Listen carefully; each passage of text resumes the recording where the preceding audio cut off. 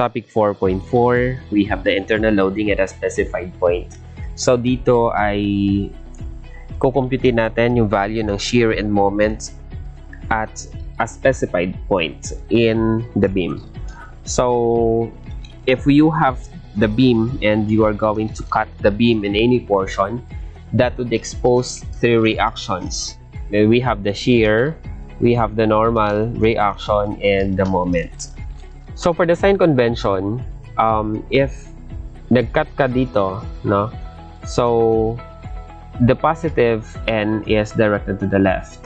And kapag nandito ka naman at nasa right side siya, yung N na positive is directed to the right. And in here, the positive shear is directed upward and the positive shear here is directed downward. While at the moment, kapag dito ka nag-cut, no, dun ka sa right section, yung clockwise moment is positive. And dito naman sa left side, no, ng section natin, the counterclockwise is positive. These are the positive sign conventions. So let's have an example. Example number 1, determine the internal shear and moment acting in the cantilever beam shown in the figure at sections passing through points C and D.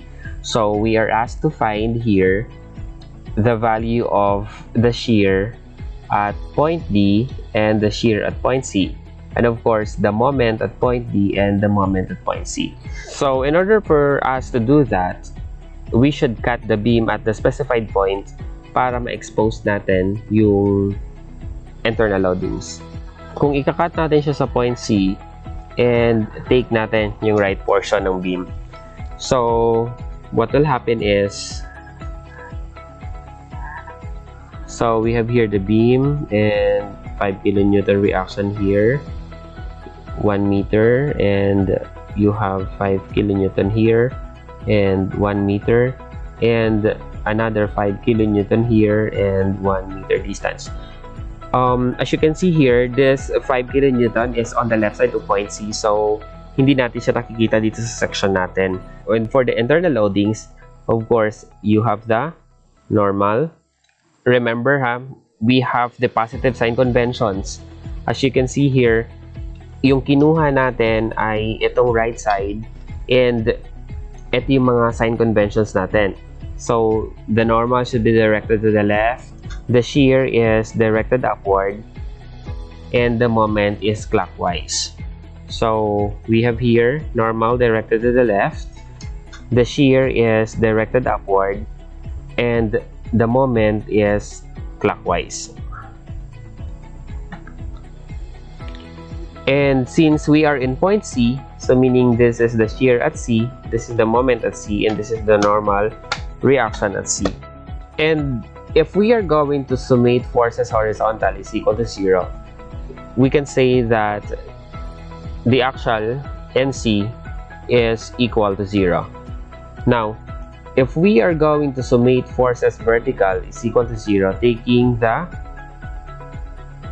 upward direction as positive, then we have VC, that's upward, minus 5, this one, and another 5 here, another 5 here, and no more, so that is equal to 0. Hindi natin isasama si 20 because this 20 here is a moment. So we have here VC is equal to 15 kilonewton. Now, if we are going to summate moment at point C is equal to 0, taking the clockwise direction as positive, then we have here the moment in C that's clockwise, so it's positive.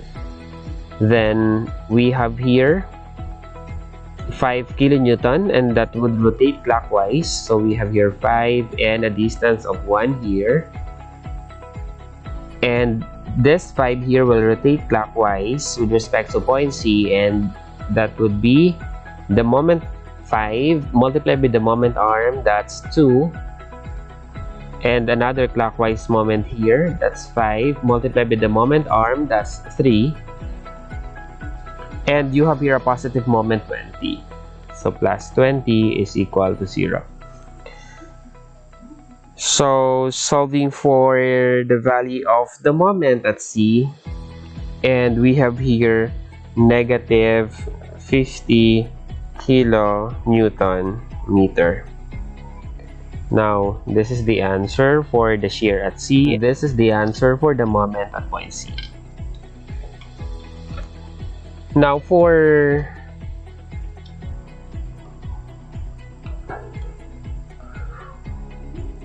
the shear and moment acting on the beam at point D, what we are going to do is to cut the beam at point D. So, if we are going to cut the beam at point D, as you can see here, masasama na itong 5 kilonewton. And hindi naman siya ganun kalayo dun sa may cutting section natin. Kumbaga, ito, bago siya nakarating, no, since you have here 1, bago siya nakarating dun sa section, hindi pa kasama itong 5 kilonewton. So, that one here is represented by 0.9999999, walang katapos ang 9, and hindi pa kasama itong 5, no? And pag lumampas ka ng konti, so that is here, so you have, kung in distance nito, that's 1.000000001, mahabang 0. And kasama na itong 5. So, if we have the section, here at point D, may expose na natin yung internal loading. So, we have here the normal at point D.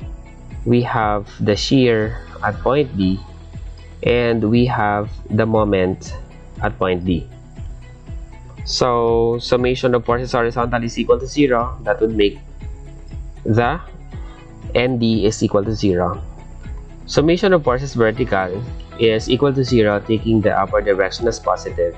So, we have the shear at point D minus, as you can see here, you have 1, 2, 3, 4. So, we have 4 na 5 kilonewton downward. That is equal to 0. And we have the shear at point D is equal to 20 kilonewton, and this is our answer. And for the moment, we take the moment at point D as equal to 0, taking the clockwise direction as positive. So we have here the clockwise moment at D that is positive. Plus, and in here, that 5 kilonewton will not have the moment at point D kasi wala naman siyang moment arm. And this 5 kilonewton here, multiplied by 1, that would rotate clockwise, plus 5 multiplied by the distance of 2, plus 5 kilonewton multiplied by the distance of 3, and we have here positive 20 kilonewton. That's a couple, clockwise couple, and that is equal to 0. Now, solving for the moment at D, that would give us negative 50 kilonewton meter. And this is our answer. Now, what if kung nag-cut tayo ng beam is we take the left side portion and not the right side? And we should have the same answer dito sa solution natin. And tingnan natin. If we are going to take the left side of the cutting section, we will be needing the reaction at point A. And in here at point A, we have 3 reactions, that is the AX, the AY, and the moment at point A. Now, if we are going to summate forces horizontal is equal to 0, taking the direction to the right as positive, then AX is equal to 0. If we are going to summate forces vertical is equal to 0, taking the upward direction as positive, then we have here AY directed upward, that's positive, and these loads here 1, 2, 3, 4, 5, so that's, and this 5 concentrated loads here are directed downward, so that's negative. 5 times 5 kilonewton is equal to 0. So we have here AY is equal to 25 kilonewton. And of course, positive yung sagot natin, so tama yung assumption that 25 kilonewton, AY here is directed upward. Summation of moment at A is equal to 0, taking the clockwise direction as positive. Then we have here clockwise, assumption natin kasi kay moment at A is clockwise, so that's positive MA. And yung mga concentrated loads natin here will create a clockwise moment also. So we have here plus 5 times 1 plus 5 times moment arm is 2 plus 5 times moment arm is 3 and another 5, the moment arm is 4 and 5 here, the moment arm is 5. A clockwise couple of 20 is equal to 0. Now solving for the value of the moment at A, that would be, so moment at A, that's x plus 5 plus, as you can see here, we can factor out the 5. So that would be times the moment arm. So that's 1 plus 2 plus 3 plus 4 plus 5 plus 20 is equal to 0. Shift solve equals, and that would give us negative 95 kilonewton meter. So we have here negative 95 kilonewton meter. So meaning this 95 kilonewton meter here is not clockwise, but it is counterclockwise. So cut na natin, no? So cut na natin yung beam natin at point D. So at point D, and then we are going to take the left side off, and we are going to take the left portion of the cantilever beam. So we have here the support, and we have 5 kilonewton here. This is 1 meter and this is 1 meter. But hindi kasama itong 5 kasi si 5 kilonewton is nasa right side ng point D. So hindi natin siya makikita dito sa section natin. And this is segment AD yung pinag-uusapan natin dito. So we have reactions. AX is equal to 0. AY is 25 upward. And we have a counterclockwise moment equal to 95 kilonewton meter. This is kilonewton. And since we cut this at point D, ay ma-expose na yung mga internal loadings natin. Now, take note that for the sign convention, if we are going to take the left portion of the beam, the normal load, the normal reaction, or the actual load must be directed to the right, the shear is directed downward, and the moment is directed counterclockwise. So we have here ND is directed to the right, we have the shear at D directed downward, and we have the moment at D which is counterclockwise.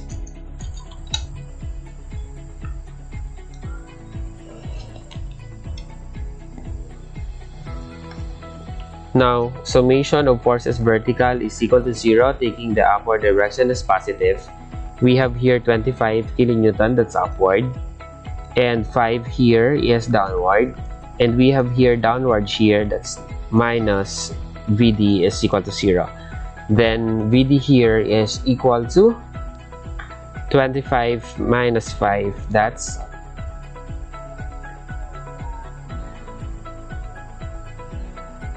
20 kilonewton. And summation of moment at D is equal to 0, taking the clockwise direction as positive. We have here 95 kilonewton counterclockwise, so it's negative. And we have here 5 kilonewton if we are taking the moment here at point D. This 5 kilonewton will create a counterclockwise moment, so that's 5 times the moment arm of 1. And this 25 kilonewton here will create a clockwise rotation with respect to point D, so that's positive 25 multiplied by the moment arm 2 here. And the moment at D here is counterclockwise, so it's negative MD is equal to 0. Now solving for the value of the moment at D, we have here negative 95 minus 5 plus 25 times 2 minus MD is equal to 0. shift, solve equals, and that will give us negative 50 kilonewton meter. Now, this is the answer for the shear at point D, and this is the answer for the moment at point D. And if we are going to compare this VD and MD here from the previous solution, we have the VD is equal to, the shear at D is equal to 20, and the moment at D is equal to negative 50, and we have the same answer. What if we are going to cut the beam at point C? So, magkakat tayo dito, and we have the same figure here, but kasama na yung 5 kilonewton dito. So, we have this reaction at the support. We have 95 kilonewton meter, and we have 25 kilonewton upward reaction. We have here 5 kilonewton, and distance here is 1 meter and 1 meter, and we have another 5 kilonewton here at point C. Now, for the reaction, we have NC, syempre directed to the right. We have the shear at C, downward, and the moment at C, that's counterclockwise. Now, summation of forces horizontal is equal to 0. That will give us NC is equal to 0. Summation of forces vertical is equal to 0, taking the upward direction as positive. So we have here 25 kilonewton, that's positive kasi it's directed upward. We have 5 and 5 here, so minus 2 times 5. We have here VC directed downward, so it's negative VC is equal to 0. Now solving for the value of the shear at C, that would give us 25 minus 10 is 15. So we have here 15 kilonewton, and this is the answer for the shear at C. And for the moment, summation of moment at point C is equal to 0, taking the clockwise direction as positive. We have here 95 kilonewton, that's negative, it's directed counterclockwise, and this 25 kilonewton here will create a clockwise rotation with respect to point C. So that's positive 25 multiplied by the distance of 2 meters. And we have here 5 kilonewton that would rotate counterclockwise, so minus 5 times the distance 1 here. And the moment at C here is counterclockwise, so it's negative. Moment at C is equal to 0. Now solving for the moment at C, and we have the same answer with this. No, so that's negative 50 kilonewton meter, and this is our answer. And if we are going to compare, the shear at C is 15 and the moment at C is negative 50. So as you can see here, we have VC is equal to 15 and the moment at C is negative 50. We have the same answer. So it's up to you whether you are going to choose the right side or the right portion of the cutting section or the left portion of the cutting section. But para mas madali siyang sagutan, no, in this case kasi mas madali siyang isolve kung yung right side yung kukunin natin kasi hindi na tayo magsasolve ng reaction at point A. Pero there are some instances na mas madaling sagutan sa left side, no, kaysa sa right side.